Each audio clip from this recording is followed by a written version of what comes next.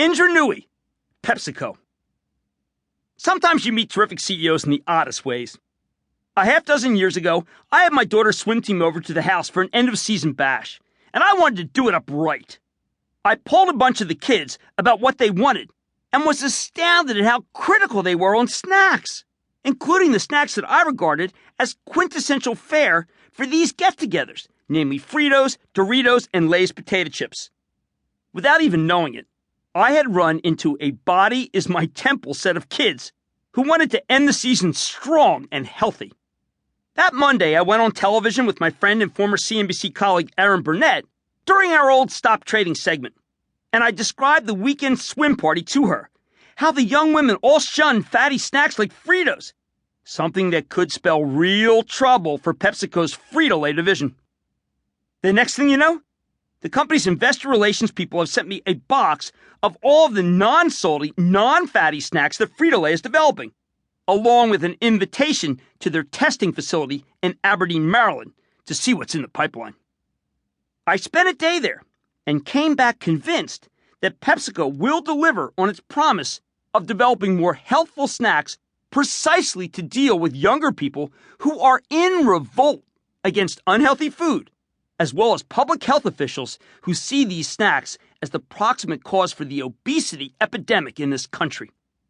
The commitment to change comes right from the top, with perhaps the most cerebral executive I have ever met, Indra Nooyi, who is determined to lessen PepsiCo's reliance on the historic namesake brand while building an international snack franchise of good and good-for-you products that are loved for their taste, and in many cases, healthful characteristics.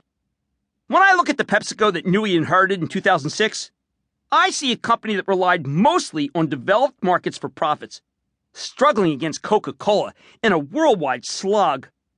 It had little in the pipe to change the impression that this soda and snack company could adapt to the needs of a developed world, where natural and organic foods are increasingly popular, while salty snacks are craved in emerging markets where PepsiCo had a meager presence.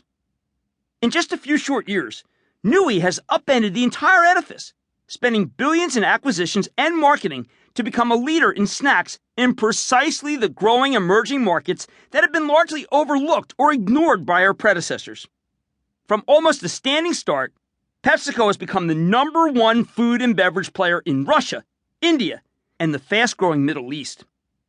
A partnership with Tingyi, a gigantic Chinese food and beverage company, has helped make PepsiCo a leading beverage brand in China, where stepped-up marketing could lead to big benefits in the next few years.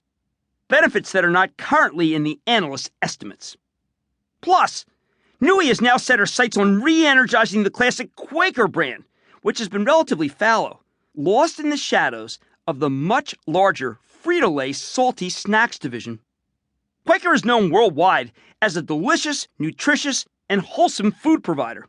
And Nooyi is refreshing and reinvigorating its product line, introducing yogurt bars and Quaker Real Medleys, fruit and nut bars that I sure wish had been around when I threw that swim party. She's done the same to Gatorade, extending its varieties and taking over valuable shelf space worldwide. At the same time, she has moved aggressively in the good-for-you space, with acquisitions like Stacy's, Sabra, and Naked Juice, while repositioning Tropicana as a much more healthful drink, including offering an extremely successful reduced-calorie orange juice. Nooyi, though, hasn't skimped on the billion-dollar brands that are more good than good for you.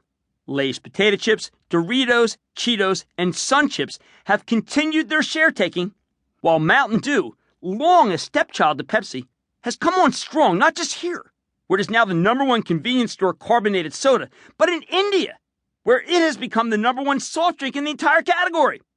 Yes, and I will admit that Diet Mountain Dew is the sole vice left in my daily routine. Still, it's been a challenging time financially for PepsiCo. Nooyi had to buy in the bottling business that a previous management had spun.